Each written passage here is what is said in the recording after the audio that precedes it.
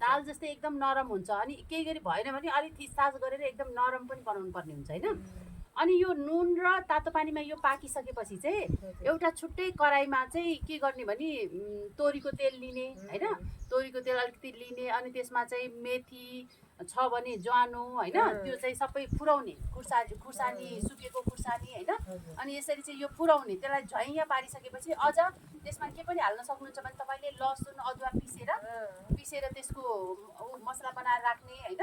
अनि त्यसलाई पनि झैया पार्ने। अनि त्यो तेलमा त्यो पाकिसकेपछि चाहिँ हैन, अनि यो जुन पहिला उमालेर राखेको लेदो हुन्छ नि, यो सिस्नुको लेदो, त्यसलाई झैया पारिदिने है। अनि एकछिन 2-3 मिनेट जति त्यसलाई उम्लिन दिने के, फतफत हुन दिने। अनि यो बाक्लो झोल यसमा अझ तपाईलाई पातलो लाग्यो भने थोरै मकैको पिठो हैन वा चामलको पिठो त्यस्तो राख्न सक्नुहुन्छ। तर त्यो छैन भने पिठो बिना पनि यसमा राम्रो गर्न सकिन्छ। र लास्टमा चाहिँ यसलाई अलि स्वादिलो बनाउनको लागि चाहिँ हाम्रै समाजमा पाउने टिमुर छ नि, टिमुर चिन्नुहुन्छ है, टिमुरलाई पनि त्यो झैया पारे भनेदेखि यसको एकदम स्वाद आउँछ।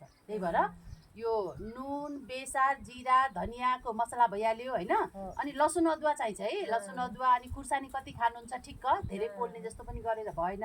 अनि अर्को चाहिँ नि त्यो टिमुर चाहिँ राख्नुभयो भने एकदमै स्वादिलो हुन्छ है। यो अरू साग जस्तो के अरे रायो पालक जस्तो सादा खालको स्वाद नआउने साग होइन, यो एकदमै स्वादिलो हुने साग हो हैन। तर तपाईहरुले कम खाने भएको कारणले गर्दा सुरुमा कस्तो कस्तो चाहिँ लाग्न सक्छ हैन, अलिकति जिब्रोमा अर्कै खालको सागको स्वाद जस्तो लाग्छ। तर तपाईले यो साग चाहिँ हाम्रो शरीरको लागि यति फाइदाजनक छ भन्ने किसिमले सोचेर सुरुमा खान नजान्नेहरूले पनि एक चम्चा मात्रै खायो भने पनि शरीरलाई फाइदा। जस्तो भिटामिन हामी एउटा गोली त खान्छौँ हैन, त्यस्तै यो साग पनि एक चम्चा खायो भने औषधि भयो। अनि पछि तपाईलाई बानी हुँदै गएपछि चाहिँ एक कचौरा खान सक्नुहुन्छ है। एउटा तरिका मैले सिकाएँ है कसरी पकाउने भनेर। अर्को चाहिँ तपाईलाई त्यो उमालेर गर्न मन लागेन भने सुरुमै तेल राखेर सबै अघि मैले भने जस्तो ज्वानो मेथी भयो हैन, अनि लसुन अदुवा त्यसमा पकाउने के, अलिकति पकाउने, नडढाउने है, तर डढ्न दिनु हुँदैन। अनि त्यसपछि टिमुर पनि त्यसैमा राख्ने, सबै राखिसकेपछि अनि यो लास्टमा हाल्ने, यो धोएर राखेको सागलाई यसैले हाल्दिने। अनि त्यसमा अब प्रेसर कुकर छ भने सिटी लगाइदिए हुन्छ, प्रेसर कुकर छैन भने त्यही उमालेर अलि धेरै बेर चाहिँ उमाल्नुपर्छ कि। सबभन्दा राम्रो त अब हिजो आज प्रेसर कुकर छँदैछ, मजासँग 5-6 सिटी लगाइदिने, गलाउने कि। यो त गल्नु पर्यो नि त, यो त काँडा हो, पोल्ने काँडा हो हैन, हो यो मर्नु पर्यो। अनि यो सबै मरेपछि गलेर पाकेपछि त्यो यो पोल्ने पनि हराउँछ हैन, अनि काँडा पनि सब जान्छ। अनि अब तपाईले भन्नु होला खोइ त तपाईँ सोध्नु भएन यसको के फाइदा छ भन्दै भन्नु भने यसको के तपाईले सोध्नु पर्ने नि त, किन खाने यो हैन, के फाइदा छ यसको, यसको के फाइदा छ ल भन्नुस् त। भिटामिन हुने भयो।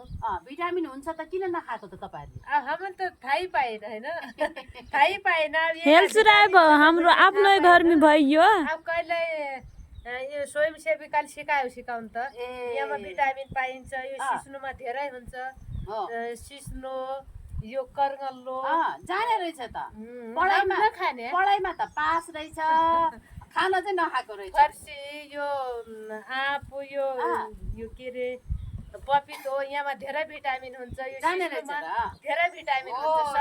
तपाईले जानेकै कुरा एकदम सही छ, तर जानेर शरीर स्वास्थ्य हुँदैन। खानु पर्यो, गर्नु पर्यो है, दिमाग मात्रै भएर सन्चो हुँदैन। त्यही भएर यो चाहिँ मुख्य रूपमा के, जस्तो अरू सागबाट पाउने धेरै बढी भिटामिन यसमा हुन्छ। अरू सागबाट पनि भिटामिनहरू पाइन्छ। हामीले भन्छौँ नि खाना भन्दा भात भन्दा धेरै तरकारी खानुस्, धेरै सागसब्जी खानुस् भन्छौँ नि। धेरै सागसब्जी खायो भनेदेखि शरीरलाई रोग लाग्दैन, रोगबाट बचाउन सक्छ।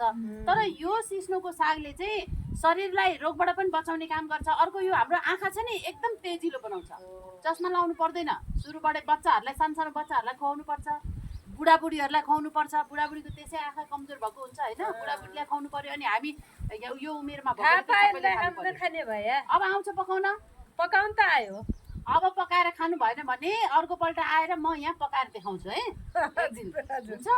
एक दिन आएर नि यसलाई अहिले भनेको जस्तै गर, यसरी पकाउने हो, अब खाएर हेर्नुहोस् भनेर अनि म खुवाएर जाउँला है त। ल भन्नुहोस् त, अब पक्का पकाउनुहुन्छ? पकाउँला, एक दिन बिचारा पकाएर खाना हो।